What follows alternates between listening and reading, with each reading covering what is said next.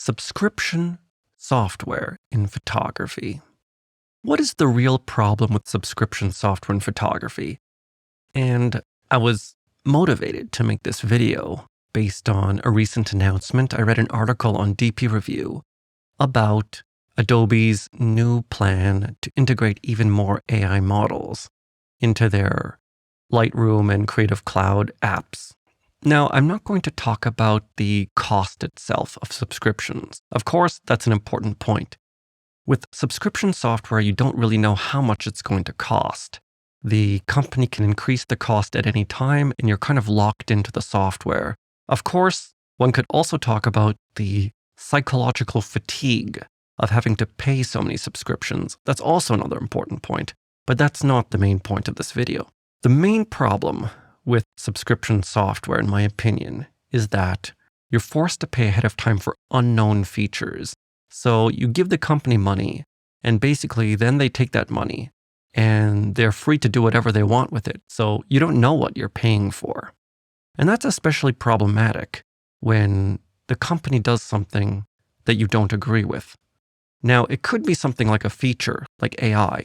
For example, if you bought Adobe Lightroom, the Creative Cloud subscription back in the day, maybe in 2019, you would pretty much have no idea how much AI they would really incorporate into their programs.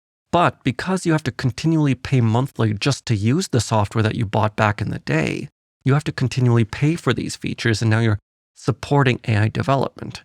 Now, one could argue that it's almost impossible not to support AI these days. Even if you pay your taxes, you're supporting AI because governments even pay for AI contracts. But the point is you can minimize your support, and paying for subscriptions does make it harder not to support those things if a company decides to go full AI. And it's not just related to AI, it could be any feature you don't like. For example, terms of service.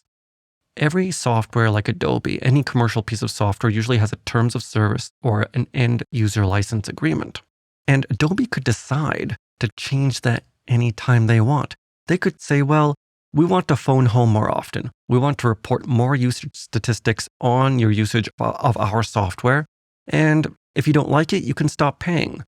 Again, the problem with that is it's very hard to stop paying for it because you've bought this program, you've learned how to use it, and now if you want to keep using it, you have to continually pay for it. That's very different with perpetually licensed software.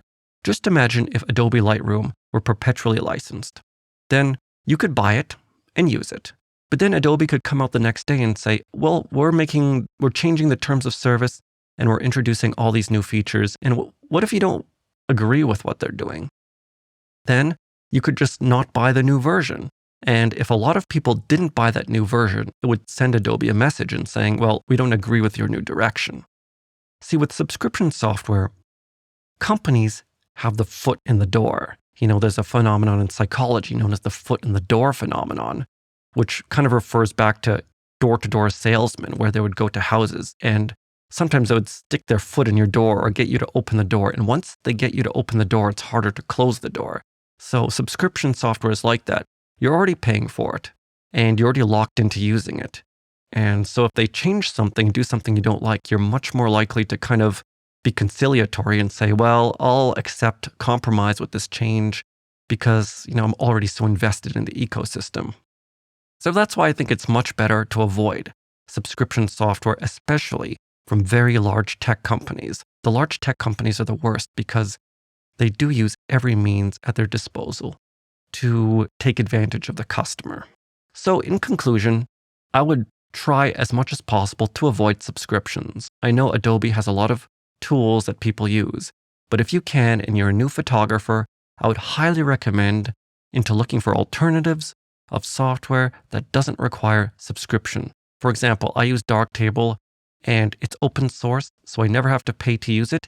And if the developers decide to make Darktable into something different, saturate it with a bunch of AI features, I can always use a previous version that didn't have those features. And there are other software packages out there that are perpetual or subscription free without a subscription.